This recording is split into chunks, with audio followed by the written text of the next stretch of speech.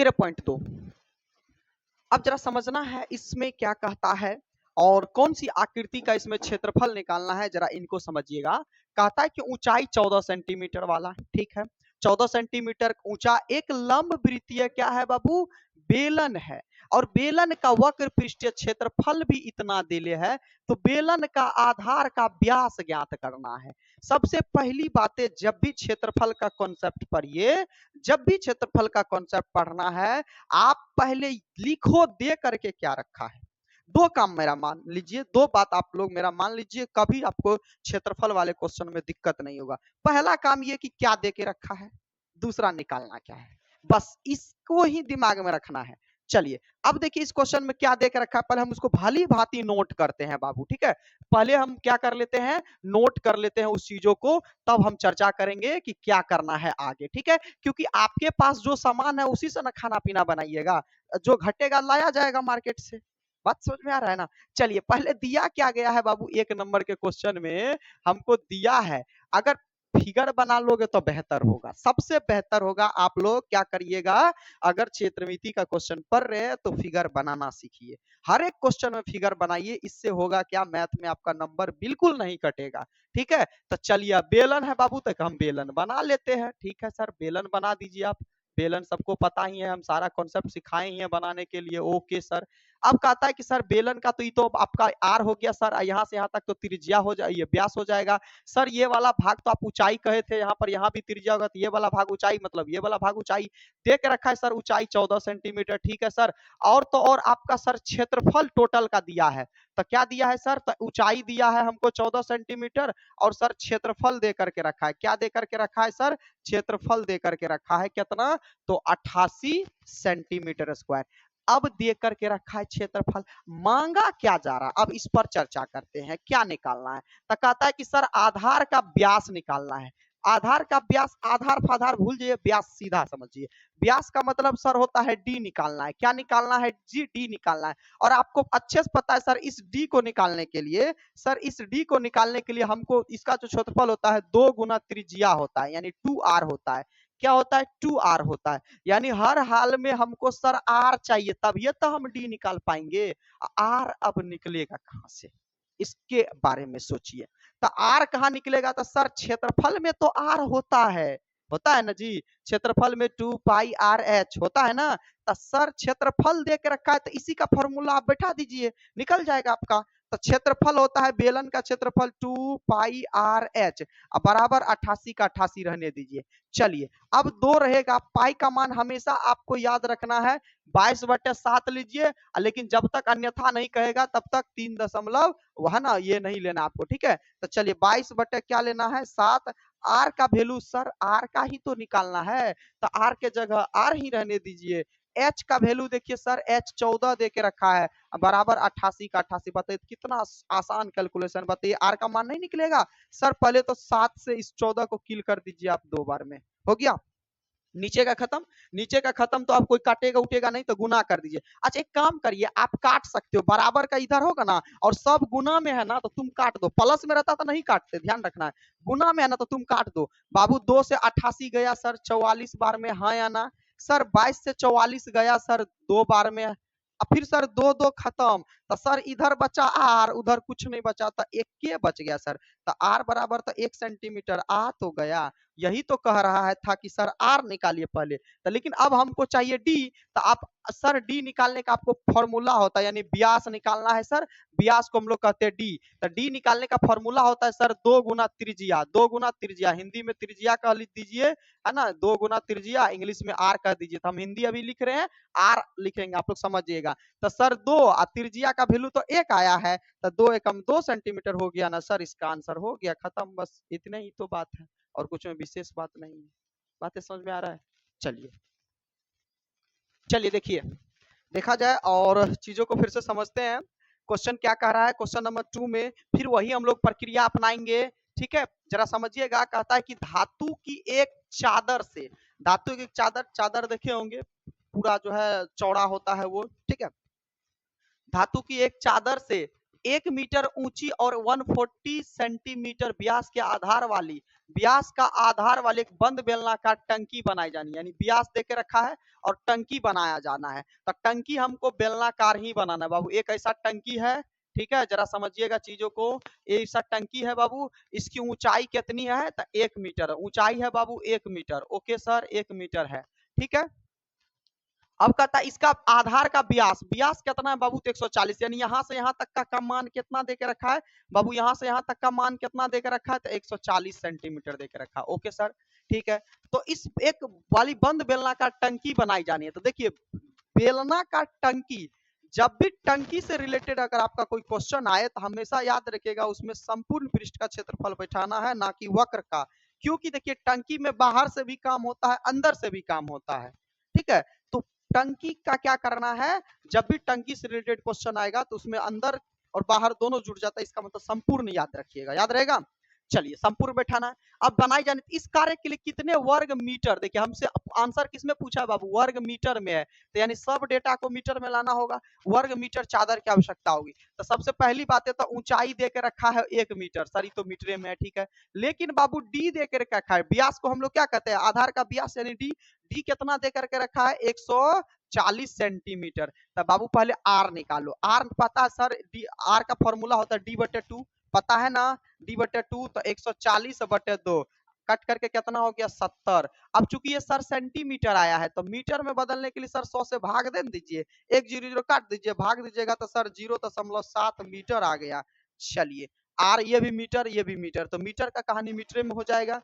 तो अब आपको पता है सर, क्या कर दीजिए? क्षेत्रफल निकाल दीजिए। यानी कार्य के लिए कितने जो है वर्ग मीटर चादर की आवश्यकता होगी? तो लिख देंगे यहाँ पर, धातु के चादर का क्षेत्रफल बराबर धातु के चादर का क्षेत्रफल बराबर। तब बाबू इस पे जब भी आपका जो है इस टाइप का क्वेश्चन रहेगा तो आपको क्या बैठाना है? संपूर्ण पृष्ठ का क्षेत्रफल बैठाना है। क्या बैठाना है? संपूर्ण पृष्ठ का क्षेत्रफल बैठाना है, ठीक है।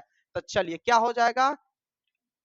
2πr into h plus are, है ना। क्या होता है? बेलन का संपूर्ण पृष्ठ का क्षेत्रफल 2πr into h plus r, हमने फॉर्मूला लिखा दिया था, ठीक है। चलिए, अब मान बैठाना है। ओके सर, तो 2 इंटू पाई का मान सर 22/7 इंटू आर का वैल्यू सर, आर आर यहाँ से आप 0.7 निकालो। ओके सर, 0.7, ठीक है। इसके बाद एच का वैल्यू सर 1, एच का वैल्यू कितना? 1 प्लस आर का वैल्यू सर 0.7, मान बैठा दिए। अब आराम से कैलकुलेशन है बाबू, इसके आगे आप लोग खुद से करना सीखिए।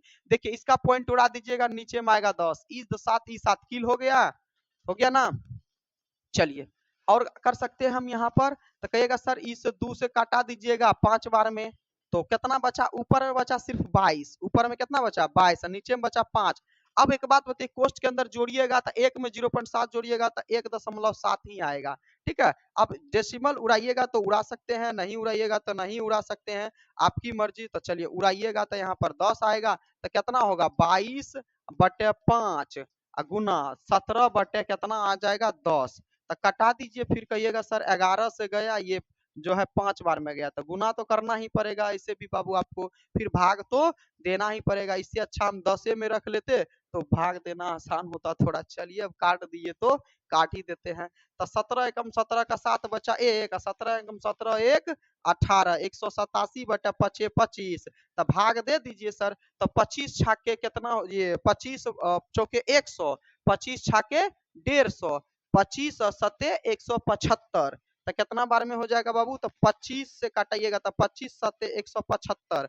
तो कितना बचा उधर से? 5 80, 80 7 87, तो 7 5 12 बचा।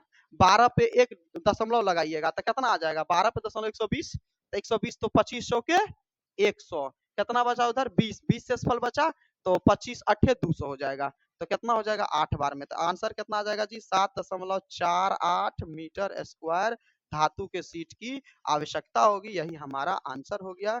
चेक करिए है क्या। हा? चलो, तो नेक्स्ट क्वेश्चन समझा जाए। नेक्स्ट क्वेश्चन है आपका, कहता है कि धातु के एक पाइप 77 सेंटीमीटर लंबा है। फिर पाइप है बाबू, तो पाइप आपका किस आकार का होता है? Question number 3। तो पाइप जो है आपका बेलनाकार ही होता है। चलिए, एक पाइप बना दीजिए। धातु के एक आकार का पाइप है, ये कितना सेंटीमीटर लंबा है बाबू? तो कहिएगा सर ये 77 सेंटीमीटर लंबा है। ओके सर, 77 सेंटीमीटर लंबा है। अब कहता है कि इसके एक अनुप्रस्थ काट का आंतरिक व्यास 4 सेंटीमीटर। जरा क्वेश्चन को समझा जाए, इसमें क्या कहानी कर दिया है, अनुप्रस्थ काट यानी इसके बेलन के अंदर एक और बेलन बना दिया गया। क्या किया गया है, इसके अंदर एक और बेलन बना दिया है। यानी अनुप्रस्थ काट का क्षेत्रफल कितना है जरा समझिएगा। एक अनुप्रस्थ काट का आंतरिक व्यास 4 सेंटीमीटर है। यानी यहाँ तो है ये है ना बाबू, तो इसका यहाँ से यहाँ तक भी है और यहाँ से यहाँ तक भी है। ठीक है, आंतरिक व्यास 4 सेंटीमीटर और बाहरी व्यास इतना है। तो देखिए आकृति को, आकृति से तो पता चल नहीं रहा है बाबू, आकृति किधर है 13.11, इससे तो पता नहीं चल रहा है क्या है नहीं है। अब आप समझिएगा जरा एग्जाम्पल से, रियल लाइफ के एग्जाम्पल से। आप लोग थोड़ा ओखली देखे होंगे, थोड़ा एग्जाम्पल लेते हैं। ओखली सभी किया होगा, ओखली देखे, ओखली का अगर देखे होंगे तो ओखली का, अच्छा चलिए नहीं देखेंगे तो कुछ इस तरह का होता है। सबसे पहली बात है तो ऐसे होता ही है। इसके बाद देखिएगा उसमें एक अंदर से ऐसे होता है बाबू, जरा समझिएगा। और ये वाला परत थोड़ा मोटा होता है, पकड़ने वाला देखे हैं, और यूज करने वाला सिर्फ ये इसी के अंदर वाला, ये वाला भाग मोटा होता है, हाँ या ना। ये वाला भाग मोटा होता है, ये वाला भाग लकड़ी का होता है, ये वाला भाग क्या चीज का होता है, लकड़ी का। सिर्फ यूज वाला भाग कितना होता है बाबू, यूज वाला भाग सिर्फ यही वाला अंदर में होता है। ऐसा आप लोग देखें, थोड़ा मोटा टाइप का होता है बाहरी। तो एक बात बताइए, बाहरी मोटा टाइप हुआ तो हमको उससे क्या मतलब है। तो बाबू सेंटर तो यही हो गया, सेंटर क्या हो गया, सेंटर यही हो गया। इसके लिए बाबू त्रिज्या ये, इसी सेंटर से इसका भी त्रिज्या ये, यानी इसमें दो दो त्रिज्या है और दो दो व्यास है। तो क्वेश्चन यहीं पे कह रहा है, एक होता है तो अंदर वाले को कहते हैं आंतरिक, बाहर वाले को कहते हैं बाहरी व्यास। ठीक है, चला जरा समझा जाए। तो कहता है कि इस 77 सेंटीमीटर लंबा तो सबके लिए काम करेगा। इसके अनुप्रस्थ काट का आंतरिक व्यास 4 सेंटीमीटर है बाबू। तो क्या दे करके रखा है, सबसे पहली बात है तो हमको लंबाई कहो या फिर ऊंचाई कहो, बात बराबर है। ऊंचाई 77 सेंटीमीटर है, जबकि आंतरिक व्यास क्या कह रहा है, आंतरिक व्यास हमको कितना देकर रखा है। अच्छा, आंतरिक अंदर वाला व्यास है, तो आंतरिक व्यास को हम लोग छोटका डी से सूचित कर लेते हैं, बाहरी व्यास को बड़ा डी कह देंगे। तो आंतरिक व्यास यानी छोटा डी बराबर कितना देकर रखा है, तो कहिएगा सर 4 सेंटीमीटर है। इस फिगर को मिटा देते हैं, कहिएगा सर 4 सेंटीमीटर दे है। ओके, तो एक बात बताइए, अगर 4 सेंटीमीटर व्यास है तो आंतरिक त्रिज्या भी तो निकाला जा सकता है ना बाबू। तो आंतरिक त्रिज्या बराबर, तक क्योंकि कोई भी चीज निकालने के लिए आपको त्रिज्या चाहिए ही चाहिए। तो आंतरिक त्रिज्या बराबर, तो आंतरिक त्रिज्या को हम छोटी आर कह देते हैं। तो आंतरिक त्रिज्या बराबर, तो आपको पता है सर त्रिज्या का फॉर्मूला d/2 यानी 4/2 कट करके 2 सेंटीमीटर आ गया। अब फिर पुनः चलिए, अब फिर कहता है सर बाहरी व्यास इतना है। तो बाबू इसमें अब की बार बाहरी व्यास दिया है तो हम क्या करेंगे, बाहरी व्यास से चलेंगे। तो ओके सर, बाहरी व्यास बराबर आपका कितना है। तो देखिए बाबू, छोटकी व्यास को हम लोग, ये आंतरिक व्यास को छोटा डी से सूचित किया, बाहरी व्यास को बड़ा डी से सूचित कर लो, d4 डायमीटर ही हो गया। तो बाहरी व्यास कितना है, 4.4 सेंटीमीटर। तो सर बाहरी त्रिज्या भी तो निकाल सकते हैं आप, नहीं निकाल सकते हैं।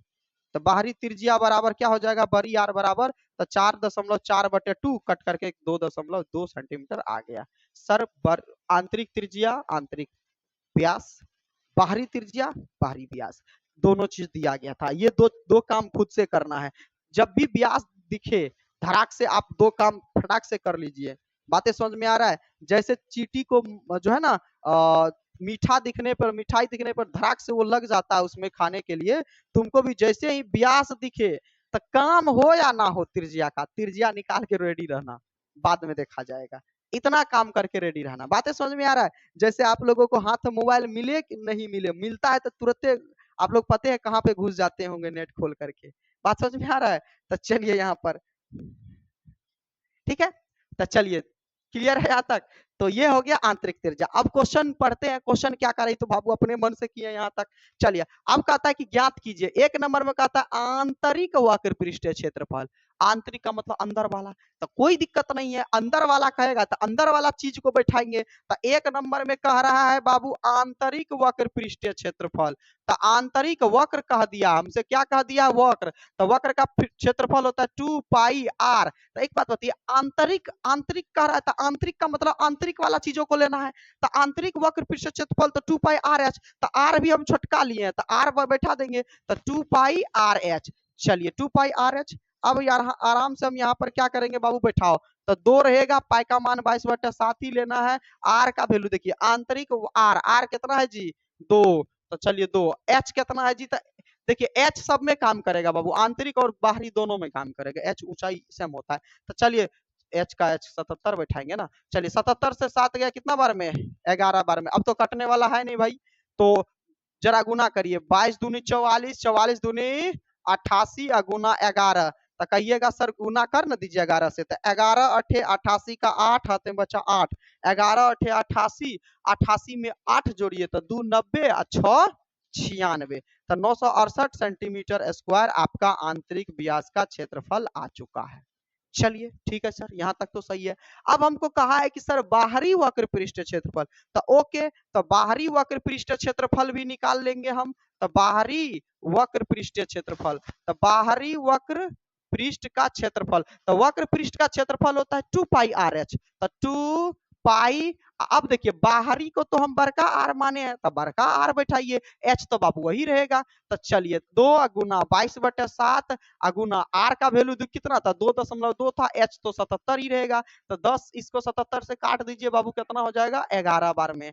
ठीक है, अब इसका डेसिमल उड़ा दीजिएगा तो कितना आ जाएगा 10 आ जाएगा, तो डेसिमल में तो लाना ही पड़ेगा बबुआ, काट नहीं सकते हैं, तो गुना करिए 22 दूनी 44, 44 इधरो बचा 22 गुना 11, तो गुना करिए 11 दूनी 22 का 2 हाथ में बचा 2, 11 दूनी 22 और 2 24, तो 242 बटे 10, काटिए मत, कहेगा सर काट क्यों नहीं रहे, क्योंकि काटिएगा तो फिर 5 से भाग देना पड़ेगा, तो हम 10 है तो आसानी से भाग का कहानी खत्म हो जाएगा, एक जीरो एक दशमलव के बाद दशमलव बैठा देंगे, आता है ना ये प्रक्रिया।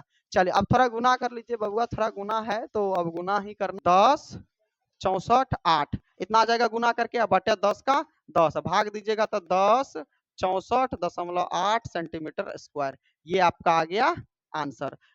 अंत बाहरी कह रहा था। अब तीसरा नंबर क्वेश्चन में भी बाबू कह रहा है क्या कि तीसरा नंबर में कह रहा है कि अब जरा समझिए तीसरा में क्या कह रहा है, लॉजिक दिए के रखा है कि तीसरा में कह रहा है कि कुल पृष्ठ का क्षेत्रफल, तो सीधी सी बात है सर, कुल का यानी आंतरिक और बाहर दोनों, तो कुल में आंतरिक और बाहर दोनों को जोड़ दीजिए, लेकिन ध्यान रखिएगा बाबू कुल में जो है इसका भी आधार का क्षेत्रफल जुटेगा और इसका भी आधार का क्षेत्रफल जुटेगा, क्योंकि दो गो आधार शेष जा रहा है। देखिए आंतरिक का जोड़ना ही है, कुल कहेगा तो आंतरिक जोड़ना ही है, बाहरी भी जोड़ना है, लेकिन एक बात बताइए, चूंकि अंदरों में एगो बेलन था, तो यहाँ भी इसका क्या है बाबू, यहाँ भी इसका जो है क्या है वृत्त बचा हुआ है, और यहाँ भी इसका वृत्त बचा हुआ है, तो क्या वृत्त का क्षेत्रफल नहीं जोड़िएगा, आधार का क्षेत्रफल तो जोड़ना पड़ेगा। तो चलिए तब कुल में क्या करेंगे, यही लॉजिक है, मेन चीज वही है, तीसरे नंबर ध्यान रखिएगा। तो कुल क्षेत्रफल अगर कहेगा, तो कुल क्षेत्रफल में बाबू सबसे पहली बात है तो आंतरिक को जोड़ना ही जोड़ना है, आंतरिक प्लस बाहरी को तो जोड़ना ही जोड़ना है, बाहरी वक्र पृष्ठ क्षेत्रफल जोड़ना ही जोड़ना है, वक्र पृष्ठ क्षेत्रफल। अब देखिए आप, चलिए तो यहाँ पर क्या हो जाएगा, दो आधारों का क्षेत्रफल हो जाएगा, क्या हो जाएगा 2 + 2 है ना, +2 आधारों का क्षेत्रफल, ठीक है, 2 आधारों का क्या हो जाएगा क्षेत्रफल हो जाएगा, ठीक है। चलिए 2 आधारों का क्षेत्रफल हो जाएगा, तो चलिए अब किया जाए कुल पृष्ठ आंतरिक पृष्ठ क्षेत्रफल कितना आया 968 प्लस बाहरी कितना आया है 10 64.8 प्लस 2 आधारों का क्षेत्रफल, चूंकि आधार 2 आधार हमेशा वलय बनाता है, तो हमेशा याद रखिएगा पाई बड़ी आर स्क्वायर माइनस पाई छोटी आर स्क्वायर होगा, यहाँ पर इस तरह से करना है, ठीक है। तो चलिए अब इसको पहले ही हम जोड़ देते हैं, ठीक है बाबू, इसको पहले ही जोड़ देते हैं, जोड़ना तो पड़ेगा ही, 8 का 8 रहेगा, पॉइंट कितना होगा 4 8 4 12 का 2 बचा 1 है ना, 6 6 12 13 बचा 1 है ना, 9 1 10 2 20 32.8 प्लस 2 रहेगा बाबू, यहाँ पर 2 रहेगा, अब पाई कॉमन ले लीजिए, तब पाई कॉमन ले लीजिएगा बाबू, यहाँ पर कोष्टे में रहने दीजिए, ठीक है, थोड़ा बड़ी कोष्ट डाल देते हैं, पाई अगर कॉमन ले लीजिएगा तो बड़ी आर स्क्वायर माइनस क्या बचेगा छोटी आर स्क्वायर, ठीक है। चलिए अब जरा आगे बढ़ा जाए, 20 32.8 प्लस 2 रहेगा, बड़ी कोष्ट भी रहने दीजिए, पाई का मान 22/7 बैठाइए पहले। अब देखिए यहाँ पर कोष्ट भी रहने दीजिए, आर बड़ी आर कितना था 2.2, तो 2.2 को जो है आप कैलकुलेशन करिएगा तो 4 पॉइंट है ना 4.84 आ जाएगा, है ना, फिर माइनस ये 4 आ जाएगा, ठीक है। चलिए अब जरा सॉल्व करिए, बाहर निकाला जाए, यहाँ पर है ना, बाहर निकालेंगे तो कितना आएगा बबुआ, तो कहिएगा सर बाहर,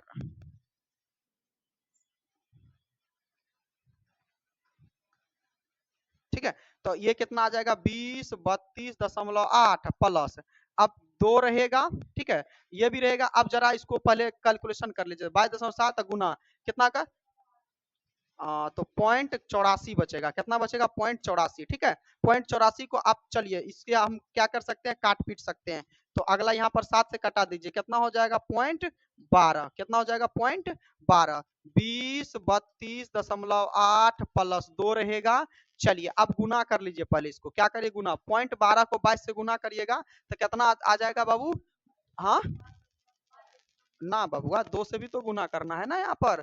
तो पूरा जो है आप 22.12 को यहाँ से गुना करिएगा ना तो 2.64 आएगा। 2 दशमलव कितना आ जाएगा? 64 आएगा। तो चलिए फिर गुना करिए, 20 32.8 प्लस 2 से गुना करिए, 4 दूनी 8, 6 दूनी 12 का 2 बचा 1, है ना? 2 दूनी 4 1 5। चलिए अब इसको जोड़ दीजिएगा तो कितना आ जाएगा?